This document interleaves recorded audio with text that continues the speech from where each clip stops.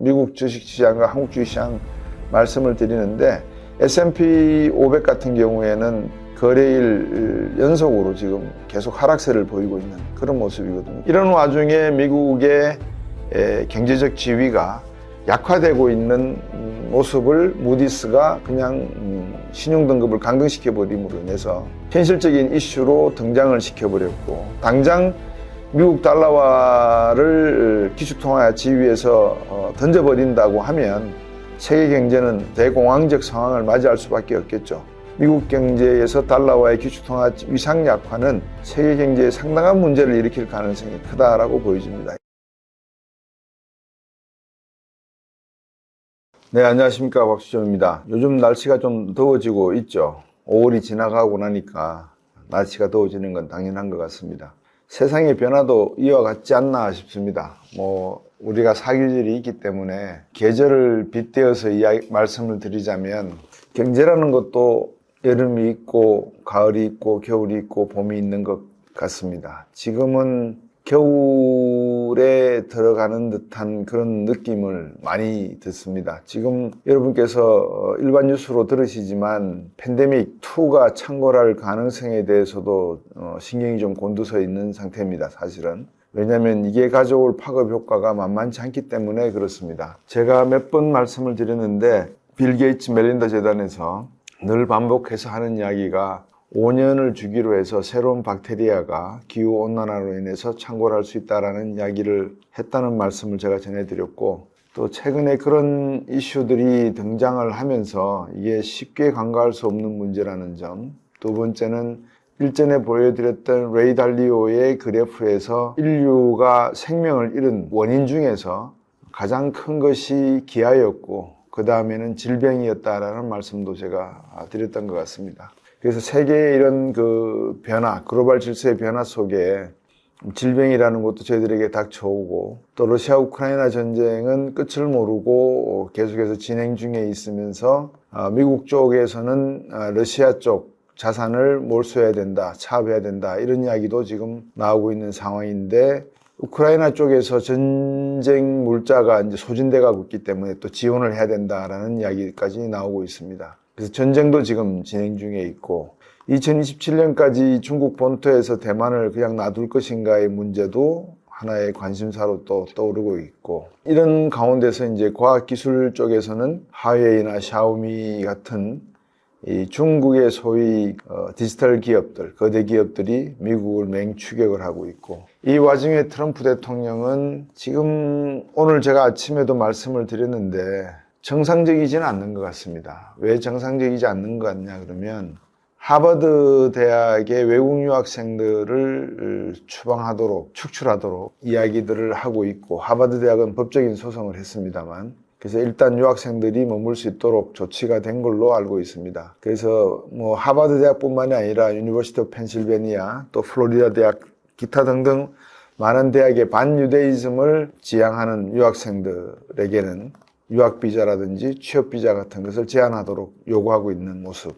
그뿐만이 아니라 개인적으로는 어제였죠. 개인의 그 딤코인을 판매하는, 정신 먹는 자리에 220명가량이 모인 자리에서 1억 달러 이상의 판매고를 올리고 자기는 헬기를 타고 짧은 연설을 한 끝에 유유히 사라지는 그런 모습. 그 다음에 베트남에서 벌어지고 있는 몇 가지 리조트 공사에서 트럼프 일가의 둘째 아들이죠. 일가의 어떤 활약, 이런 거를 놓고 보면 지금 중동을 방문했을 때 카타르로부터 5천억 달러짜리 비행기를 선물로 받았다, 이런 이야기가 나돌고 있으면서, 역대 미국 대통령 중에서 트럼프 대통령만큼 이렇게 정치, 경제, 외교적 질서를 한꺼번에 혼란스럽게 한 대통령이 있었을까 하는 생각이 들 정도입니다. 특히 경제정책은 일관성이 없다 보니까 시장에서는 트럼프 대통령의 어떤 말 한마디 한마디에 상당히 좀 불안해하는 그런 모습인 것 같아요. 예를 들면 유럽에다가 50% 관세를 매기겠다라고 해놓고 다시 또 7월 9일까지 유예를 하겠다 또 발표를 해버리고, 이거는 대통령이 되어서, 특히 미국 대통령이지 않습니까? 세계 경제를 놓고 장난치듯 한다는 거는 이거는 과거에 우리가 알고 있던 미국이 아니지 않는가라는 생각이 많이 듭니다. 그러다 보니까 본질적인 문제인 미국 경제의 약화, 그리고 미국 달러화의 기축통화로서의 위상 축소, 그래서 달러화의 약세, 그리고 관세에 의한 물가 상승이 어느 정도 지금부터 시작이 되고 있는 걸로 보여지는데, 이제 그런 점에서 미국 소비자들의 가계부담의 증가, 월 한 3,000달러 이상, 1년에 3,000에서 5,000달러 이상의 추가 비용 부담이 든다는 그런 이야기도 나오고 있고요. 그래서 이제 이런 점에서 놓고 볼 때 과연 트럼프 대통령의 생각이 어디까지 가는 것이 옳으냐라는 고민을 하지 않을 수가 없습니다. 한국 경제의 입장에서 놓고 보면 제가 한국 경제 이야기를 자주 말씀드리지를 않습니다. 왜냐하면 한국 경제는 그야말로 이 중국 경제와 일본 경제를 그대로 닮아가는 모습들을 지금 하고 있어서 제가 잘 드리지를 않는데, 그리고 고작 표현을 하면은 각자도생의 시대에 맞게끔 시청자 여러분들께서 각자도생의 방안을 강구하셔야 된다라는 말씀만 드렸습니다. 근데 오늘은 좀 더 구체적으로 왜 제가 한국 경제 말씀을 안 드렸는지에 대해서 설명을 좀 드릴까 합니다. 첫 번째는 드려봤자 개선될 것이 없고 희망적인 내용이 없기 때문에 드리질 않았습니다. 한국 경제는 아마 새 정부가 들어서서 3 내지 6개월 내에 어느 정도 조정에 대한 안전핀을 제대로 장착시키지 않으면 걷잡을 수 없는 소용돌이에 휘말릴 가능성이 많은 그런 상황이다라는 말씀을 드리고 싶습니다. 작은 이유 하나는 지금 우리가 신문상으로는 보도가 되지 않고 있는 것 같은데 많은 기업들이 구조조정에 지금 들어가 있습니다. 여러분들께서 제가 다른 유튜브 채널에 나가서 전문가들과 대화하는 내용을 들으셨을 때 보시면 특히 건설업, 부동산 개발 쪽에서는 경기가 워낙 안 좋은 걸로 여러분께서 들으신 부분도 있고, 또 좋다고 하는 언론에서 보도가 있습니다만 그런 언론들은 제가 어떻게 봐야 된다라고 표현을 해드린 적이 있어서 생략을 해드리도록 하겠습니다. 가계부채의 대부분의 문제가 주택과 연동이 되어 있기 때문에 우리 자산의 70-80%가 이 부동산에 묶여 있기 때문에 가계 부분의 유동성이 위험해지게 되면 이 부분은 금융권으로 곧바로 영향이 돌아가게 돼 있고, 금융권은 각자 도생의 방편을 위해서 대출금 회수라든지 즉각적인 조치를 취할 수밖에 없는 그런 상황에 있다는 것도 제가 말씀을 드렸습니다. 부동산 시장을 이야기하는 여러 가지 지표들이 나오죠. PIR이라고 해서 평생 동안 일을 해서 다른 데 쓰지 않고 꼬박꼬박 월급을 모았을 때 내가 집을 살 수 있는 기간은 어느 정도 되느냐, 이런 거를 계산하는 지표라고 할 수 있는데요. 지방 같은 경우에는 4년에서 8년 정도 이야기를 하고 있지만 서울 같은 경우에는 두 자릿수, 그러니까 10년, 15년에서 20년을 모아야 된다는 이야기고요. 지금 서울 아파트 평균 가격이 10억 원을 넘어섰다는 이야기도 나오고 있고, 이제 그런 관점에서 최근에 이 주택을 담보로 해서 대출을 한 많은 가게들, 특히 자영업자와 소상공인 부분들이 팬데믹이 끝나고 난 다음에도 내수 경기가 활성화되지 않음에 따라서 이 고통을 어떻게 분담할지에 대한 고민이 아마 깊어질 거라고 저는 보여집니다. 그래서 통화정책과 재정정책 두 가지 방법이 있는데, 통화정책인 측면에서 금리를 아마 인하하겠죠. 한국은행에서 조만간에 금리를 인하한다고 해서 이분들이 원리금 상환이 부담이 약화되느냐 들어드느냐, 그건 아닌 것 같아요. 결국 비즈니스가 잘 돼서, 장사가 잘 되어서 수익이 창출이 돼야지만 원리금 상환이 되는 것이지, 지금 제살 깎아먹기 경쟁하고 있고 가족 경영 체제로 가고 있고 종업원은 거의 못 쓰고 있는 그런 상황이 계속 악화되다 보니까 지금 내수 시장은 거의 붕괴 직전에 있다라고 보는 것이 맞을 것 같습니다. 이제 그렇게 되면 많은 부동산 물건들이 경매 물건으로 나오게 될 것이고, 그런 경매 물건으로 인해 가지고 부동산 가격의 하락은 불가피하다. 그럼에도 불구하고 아직도 부동산 가격의 상승을 이야기하고, 일부 언론 지상에서 압구정동 아파트가 130억에 매매가 됐다는 뉴스를 내놓는 것 자체는 서민들의 경제가 아니잖아요. 일부 부자 경제학일지는 모르지만 서민 경제학이나 민생 경제학은 아닌 것 같아요. 그래서 그런 측면에서 놓고 보면 자영업자 소상공인이 한 700만 명 정도 된다 보면 이들의 경제에 의존하고 있는 사람들 수를 2인 가족 기준으로만 해도 1,400만 명이 되거든요. 그럼 1,400만 명이 향후에 부동산 가격의 침몰, 내수 경기의 악화가 계속된다면 살아갈 방법이 없는 거죠. 이 문제를 가볍게 이야기할 수는 결코 없을 것 같습니다. 그래서 저도 그러면 늘 여러분들이 말씀하시는 게 이제 대응 방안을 내놔라.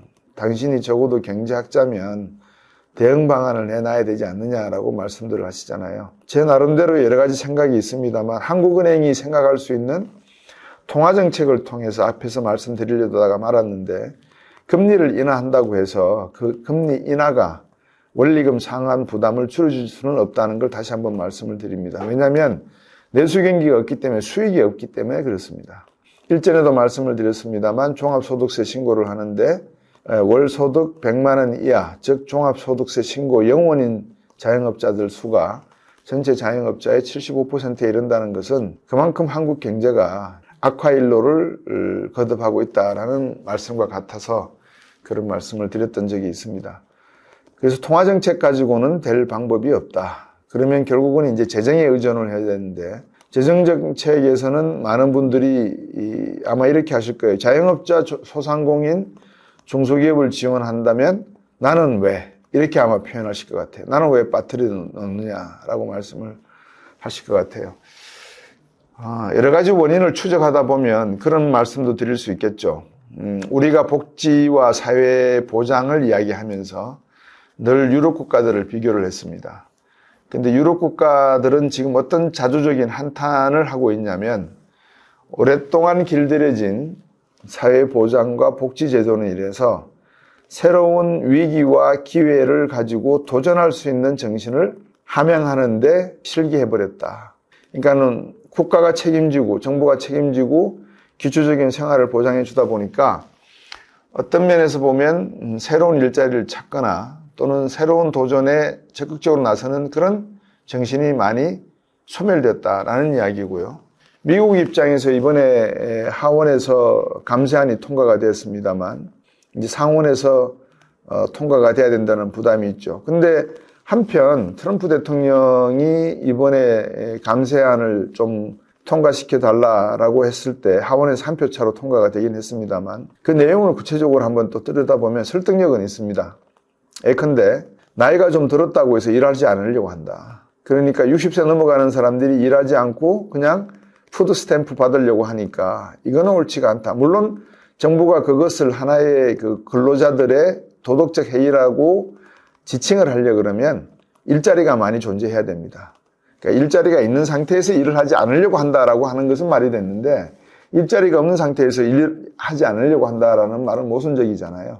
근데 최근 미국 노동시장을 보면 실업률이 4.2 정도니까 일자리를 찾으려면 찾을 수 있는 부분이 존재는 하는 것 같습니다. 근데 미국의 주택 경기를 봐도 최근 들어서 이제 주택 경기가 4월 들어서 하락세를 보였거든요. 그러니까 건설 부분에서 미국 경기도 별로 그렇게 좋지는 않은 것 같아요. 그 다음에 소비자 물가 같은 경우는 2.3으로 안정이 되고 있는데 관세 영향으로 인해 가지고 향후 기업들의 수익률이 그다지 높지 않을 걸로 예상이 되어서 요즘 아침에 제가 학습 교재로 아침 방송을 드리면서 그런 말씀을 드립니다. 미국 주식시장과 한국 주식시장 말씀을 드리는데 S&P 500 같은 경우에는 거래일 연속으로 지금 계속 하락세를 보이고 있는 그런 모습이거든요. 결국 기업들의 수익에 달려있는 미국 경제의 월가의 상황도 좋지가 않은 것 같다. 근로할 수 있는 기회가 존재함에도 근로하지 않고 푸드 스탬프를 받는 데 따른 예산의 남용 또는 이 푸드 스탬프와 같이 사회복지기금을 운영하는 데 있어서 일부 기관들이 사기를 한다는 트럼프 대통령의 어떤 가정 그리고 예산을 너무 많이 배정이 되다 보니까 정확하게 필요한 곳에 가지 않고 필요치 않는 곳에 써진다는 남용에 대한 부분도 역시 트럼프 대통령의 지적이 있었습니다. 이런 층에서 놓고 보면 미국 경제 내에서도 관세 조치로 인해 가지고 미국의 어떤 그 소비자 물가 문제도 존재하지만 이민 정책 등 이 상당히 보호주의적인 정책을 쓰므로 해서 관광객들이 줄어들고 있다는 소식도 들리기 때문에 결국 미국 경제도 그렇게 녹록지 않은 상황이 지속되고 있다. 이런 와중에 미국의 경제적 지위가 약화되고 있는 모습을 무디스가 그냥 신용등급을 강등시켜 버림으로 인해서 현실적인 이슈로 등장을 시켜버렸고, 이제 거기에 따른 반대급부로 미국 내 많은 투자가들이 과연 미국의 달러화를 들고 있는 게 맞는가, 이런 의문을 스스로 지금 던지고 있는 것 같습니다. 뭐 당장 미국 달러화를 기축통화 지위에서 던져버린다고 하면 세계 경제는 대공황적 상황을 맞이할 수밖에 없겠죠. 그래서 어느 정도 서서히 진행된다 한다 하더라도 미국 경제에서 달러와의 기축통화 위상 약화는 세계 경제에 상당한 문제를 일으킬 가능성이 크다라고 보여집니다. 이게 어떤 그 수건 돌리기라고 표현하는데 폭탄 돌리기 과정을 통해서 퍼펙트 스톰으로 나타날지는 아무도 예측할 수가 없는 상황이다, 이렇게 말씀드리겠습니다. 여기에다가 결정적인 한방, 만약에 또 다른 팬데믹2가 발생이 된다 그러면 그야말로 세계 경제는 공급 사슬과 가치 사슬의 붕괴로 인해서 트럼프 대통령의 관세 정책은 정말 아무것도 아닌 그런 정책이 되어버릴 가능성이 있어서 한국 경제 입장을 딱 놓고 생각하면 정말 앞이 깜깜한 그런 상황이 아닐 수 없다라는 말씀을 드려야 될 것 같습니다.